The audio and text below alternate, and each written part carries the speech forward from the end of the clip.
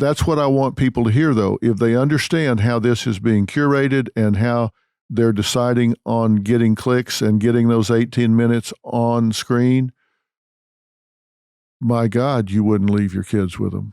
Yeah, you look, at the very least, when they're old enough to have these devices, you also need to add in the additional bit of having conversations about that content, because the unsupervised access to these devices is you are allowing predators to be connected to their prey, and their prey is our children. And the predators are not just the algorithms, but there are also real predators out there. There are people who are spreading this content deliberately. Some of them, we study the content, so we know some of the tricks used. So let me give you one example of one of the tricks used by these content producers. 1/3 of their videos will be of puppy dogs. So that kids watch the puppy dog videos.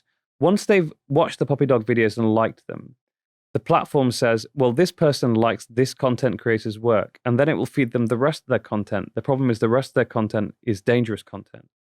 So we've seen that trick being used by all sorts of what we call bad actors at CCDH. So we say we deal with two things, bad actors and bad platforms. It's not just platforms. There are predators out there, people who want to cause harm. And that can be everyone from foreign state governments who are trying to create division and damage to our societies, to people who just get their kicks from causing harm. And there are people like that, people with high levels of, in psychology, what's called negative social potency, who get their kicks from causing chaos, from causing harm, from causing pain. It's a really familiar psychological characteristic of trolls. So, connecting your kids to predatory algorithms and predatory people, it's really, really dangerous. Yeah. Parents need to be aware too, straight predators, sexual predators. Yeah. I don't know if you have the numbers of how quickly a child crosses paths with a sexual predator when they get on the internet. I've seen the numbers and it was disturbing. But again, it's like the bullies used to be in the lunchroom of the bus stocks. The predators used to be in the trench coat hanging around the schoolyard saying, you want some candy. Now they're pretending to be someone their age, building a relationship and trying to get them to go from virtual to real world. Well, and it's funny you use the word virtual, because actually one of the areas that we've been increasingly looking at is virtual reality. So what's the next big sort of area for development of social media?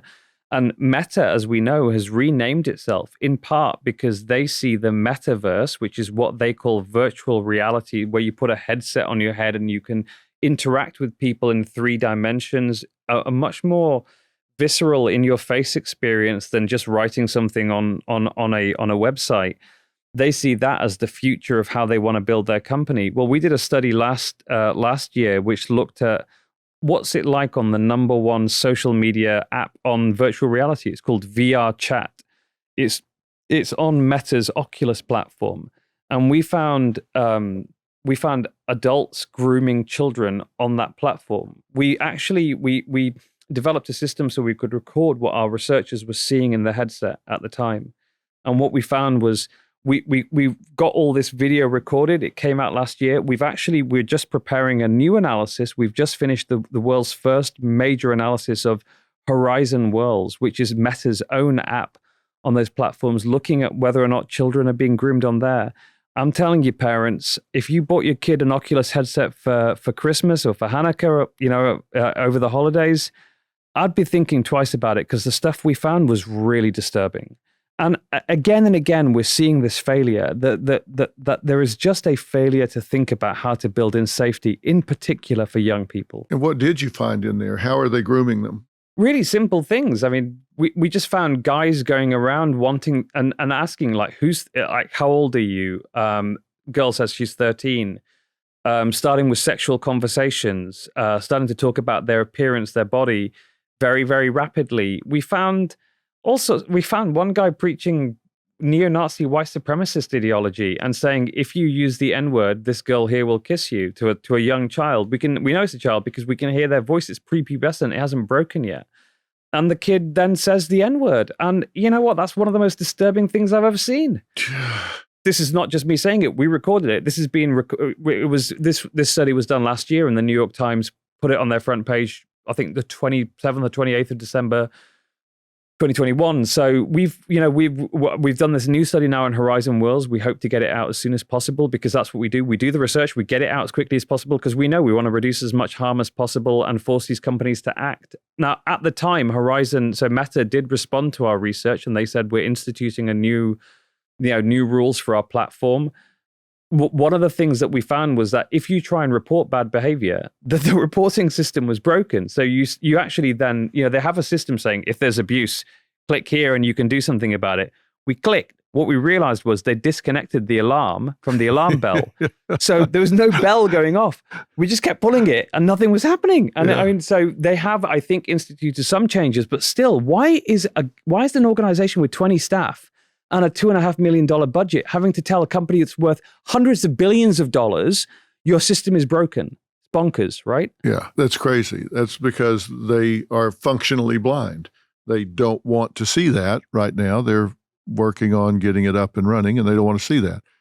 But I'm going to link to that article that you just talked about in December of 21 on the website and put it up so people can see it. And we're going to link to this program also. Is there a title to that, a full title to that? It's just a parent's guide. It's at counterhate.com/parents. Okay, we've mentioned that. We're going to put that up on the website. Look, you're obviously on the leading edge of this, and you've got to keep me in the loop on this and come back and talk about this as it breaks so we can get it out, because it will get to millions of parents. Imran, you have this ability of describing this stuff in ways that A, are understandable, and B, don't gloss over people's eyes. Sometimes people talk about this in such technological ways. People are like, oh my God, you lost me when you started talking about A, B, or C. But you describe it from a user's point of view. Parents can understand it. And I bet you we have a ton of questions and comments about this. And this is a great place to keep this alive and hot. So just know this platform is open to you guys anytime you have stuff that you need to get out there here and on the show as well. And if there's anything we can do to help with these PSAs that you're getting ready to do, let me know. Thanks so much, Dr. Phil. We can shoot those things with you, for you. Anything we can do to help, just let us know, because I want this information out there. Thank you. And look, thanks to the parents out there, the moms and dads, like people like my mother-in-law, Susan from Oklahoma, who I know is listening right now. And that's who we do this for. We know that we've got to communicate to moms and dads across America, because they're the people that really matter.